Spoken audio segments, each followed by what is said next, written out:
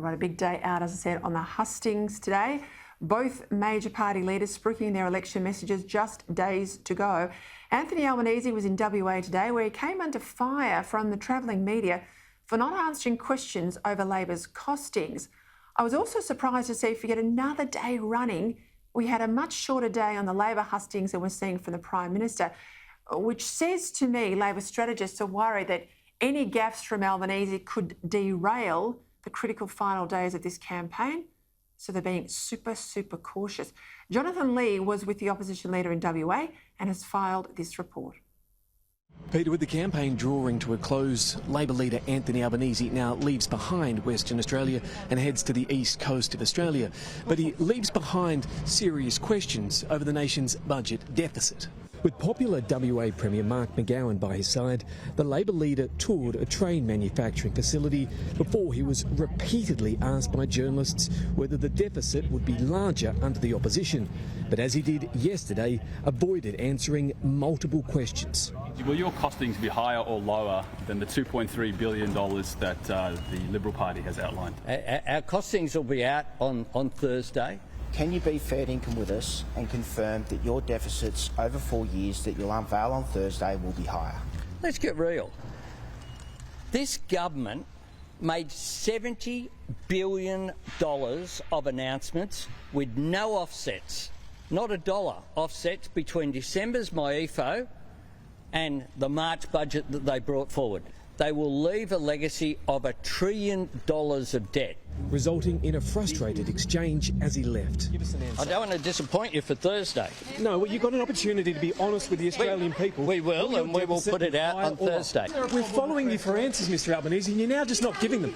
He has also avoided answering whether he would sign up to a World Health Organization treaty that would give the WHO greater control over how countries manage pandemics. What we have said is that we need, clearly, to strengthen the WHO and the way that it operates. Earlier in the day, the opposition leader talked up Labor's plan to increase real wages or controlling inflation at a business breakfast in Perth.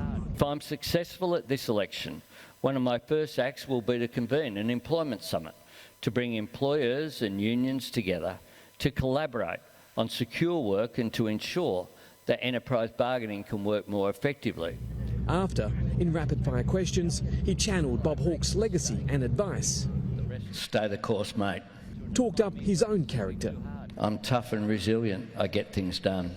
And dealt with past blunders on the campaign. Will I make a mistake in the rest of my life? Probably. And the point is how you respond. Peter, on Saturday, voters, ordinary Australians, will get to have their say. But for the first time in a long time, WA could yet decide who gets to call the Lodge their home. Tell you what, I'll be giving Jonathan Lee best on ground today and probably most of the campaign. Andrea Crothers was with the Prime Minister. He was up in the top end today in the Northern Territory. Now, the fact that the Liberals have been in and around those two NT Labor-held seats as often as they have recently says to me they are very much in play. Peter, the Prime Minister taking his campaign to the top end today as he fights to keep the top job. Scott Morrison visiting both seats in the Northern Territory, both the marginal, both in Labor hands. The Darwin and Palmerston seat of Solomon, held by Luke Gosling since 2016. And Lingiari, which covers the remaining 99% of the NT. With Labor stalwart Warren Snowden hanging up his hat, it's Lingiari the government most likes their chances of flipping, fielding a candidate who is the ex-Alice Springs mayor. Meanwhile, the coalition has released its costings today, revealing a $3.3 billion cut to the public sector. The government has made an extra $2.3 billion in campaign promises during the election that weren't included in the March budget. That's been offset by $3.3 billion in public sector cuts, most of which, $2.7 billion worth, will be achieved by forcing the sector to tighten its belt by an increase to the efficiency dividend of 0.5%. But this is the figure the government will want you to focus on. The cuts will result in an overall improvement to the budget bottom line, $1 billion less than the $224.7 billion originally forecast in the March budget. The coalition has lashed Labor to release its costings, where debt and deficit is expected to be higher.